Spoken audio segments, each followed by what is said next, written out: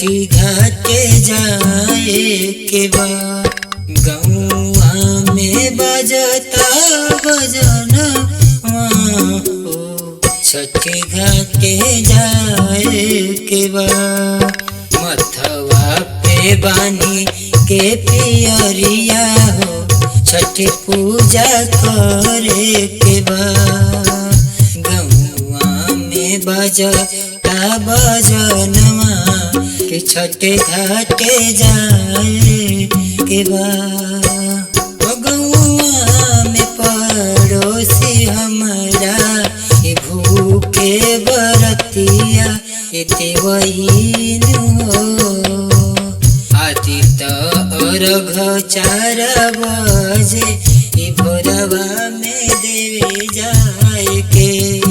गौआ में बजता बजनवा छठी घाटे जाए के बा। अरे खुशियाई मनुआ बजावे बम पड़ाका बबुआ गणेश और कार्तिक महेश संग। हंस बिल के फूल झारी हो उड़ावे कमौली के घाट।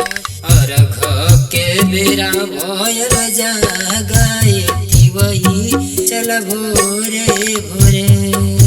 गौआ में बजता बजनवा हो छठी घाटे करे के पूजनवा। गौआ में बजता बजनवा हो छठी पूजा करे के बा। बोली छठी मैया की जय। मैं अर्जुन यादव आप सभी के समक्ष माता का भजन एक दिया हूँ। यदि आप सभी को अच्छा लगा हो छठी मैया का गीत तो लाइक, चैनल को सब्सक्राइब जरूर करिएगा और अपना कमेंट में जवाब दीजिएगा।